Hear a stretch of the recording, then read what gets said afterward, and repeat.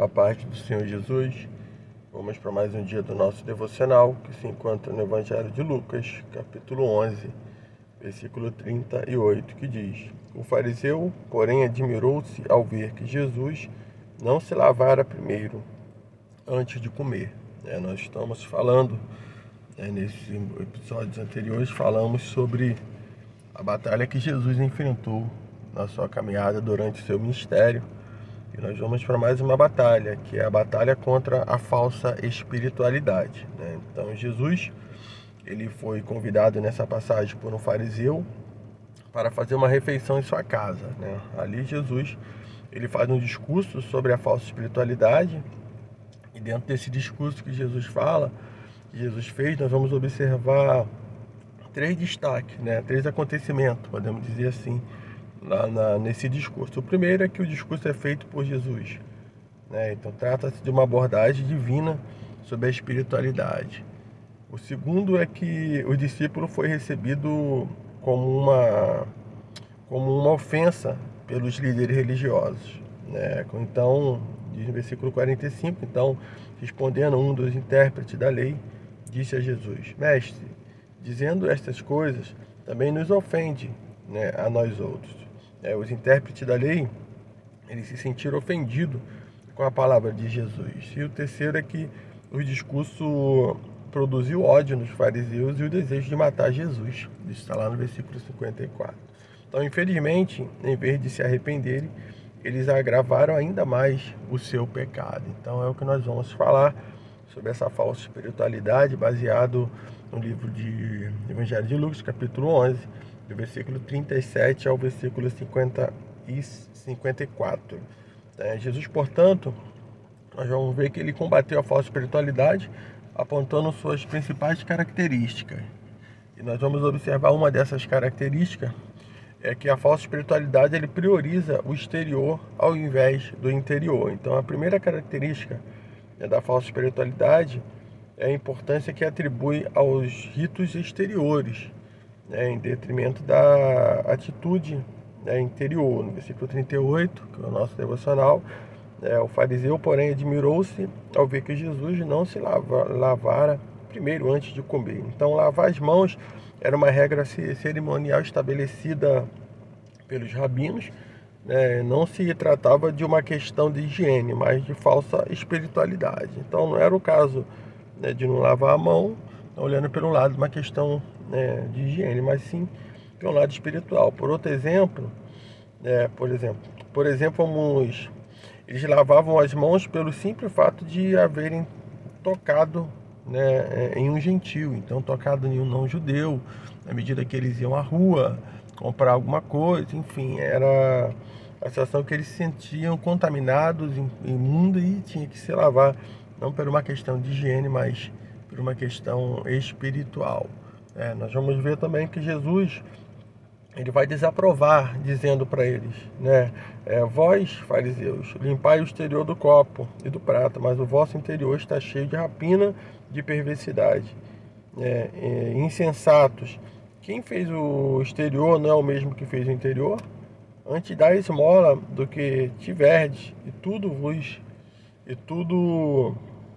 vos será limpo. Então, versículo 39 ao 41. Então, lavar o copo enquanto o coração permanece sujo é tão incoerente quanto lavar por fora um prato ou um vaso sujo.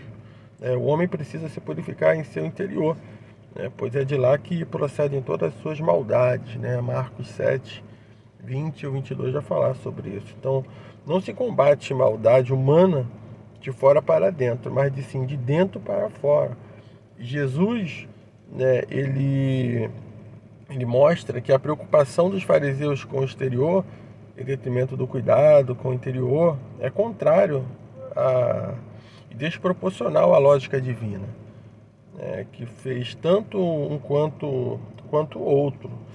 Outra contradição evidente pela hipocrisia dos fariseus era o seu desprezo pelo pobre, e pelos necessitados, pois ao mesmo tempo que buscavam cumprir minuciosamente as leis cerimoniais de pureza, negligenciavam o cuidado com o próximo. Então, a preocupação deles eram tão religiosos né, que desprezavam os pobres, e Jesus ele vem dizer que ele veio para os pobres, para os doentes, né? Então o problema é que a importância demasiada atribuída a questões superficiais, né, mascarava o verdadeiro problema, ou seja, o coração pecaminoso. Então, fazendo alguns atos religiosos, eles estavam mascarando, enganando o povo, mas o Senhor ali conhecia a intenção do coração e o pensamento de cada um. Uma outra característica da falsa espiritualidade é que ela valoriza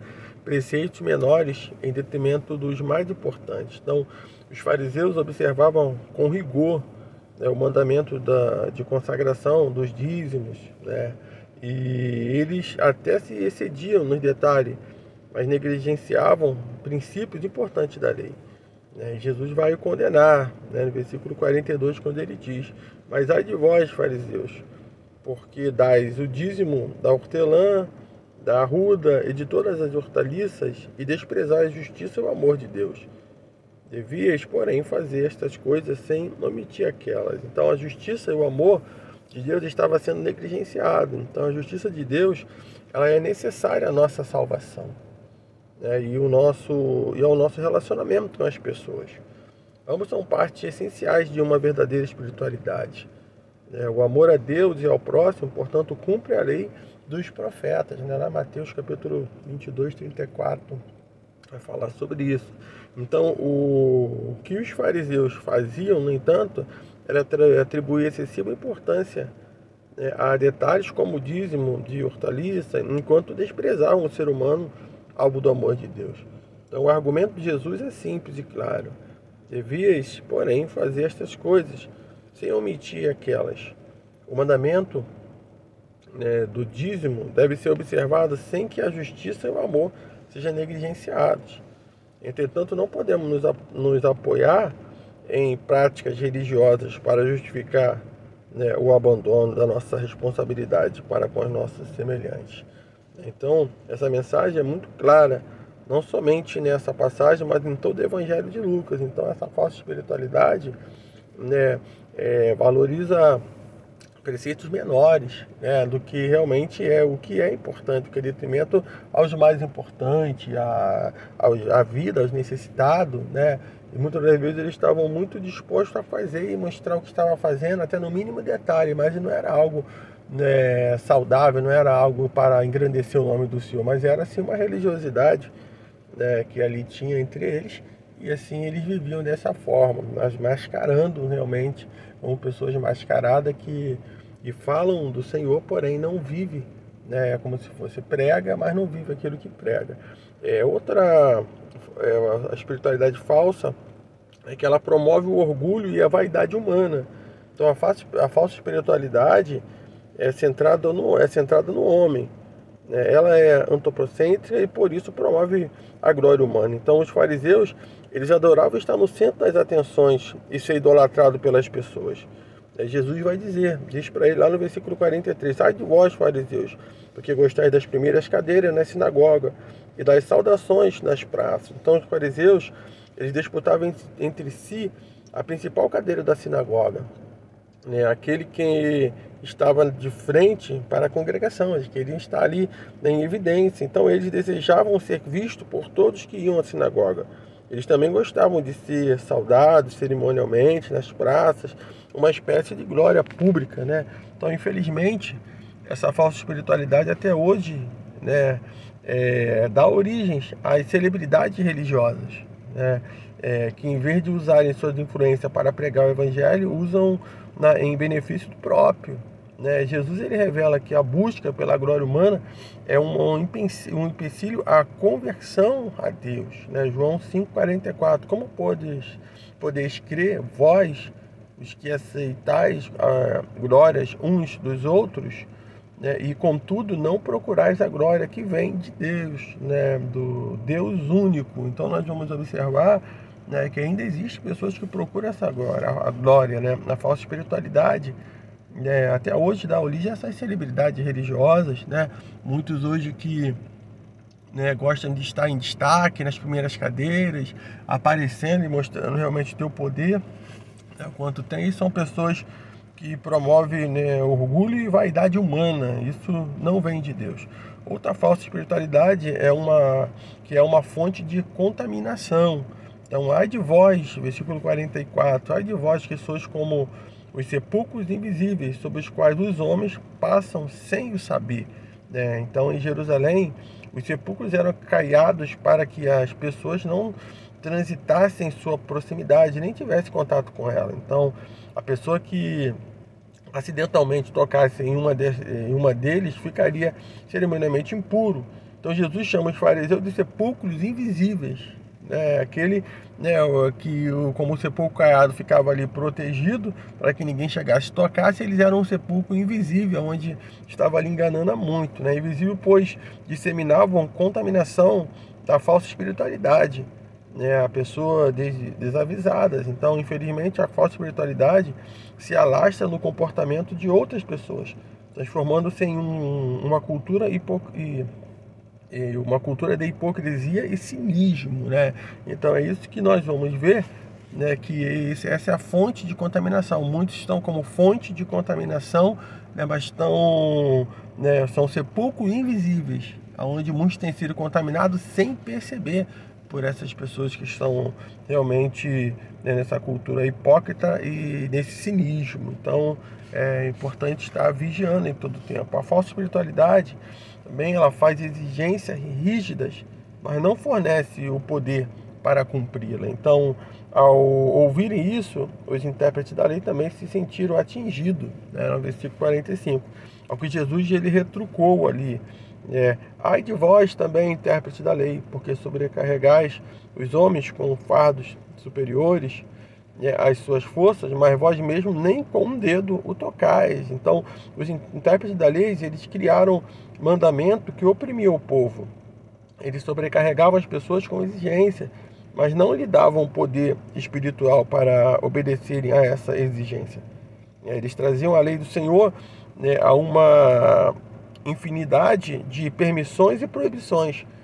Infelizmente, a Igreja de Cristo hoje, ela sempre, hoje e sempre, ela foi alvo dessa distorção do verdadeiro Evangelho da graça de Deus. Então, o papel do inimigo é, não só agora, mas de muito tempo, fazer com que a igreja ela seja realmente alvo dessa distorção do verdadeiro Evangelho. Outro ponto é que a falsa espiritualidade ela é herdada por tradição familiar. Então, os judeus eles cuidavam dos túmulos dos profetas mortos por seus pais. Eles se tornavam cúmplices do assassinato dos profetas. Jesus ele fala isso no versículo 47 e 48.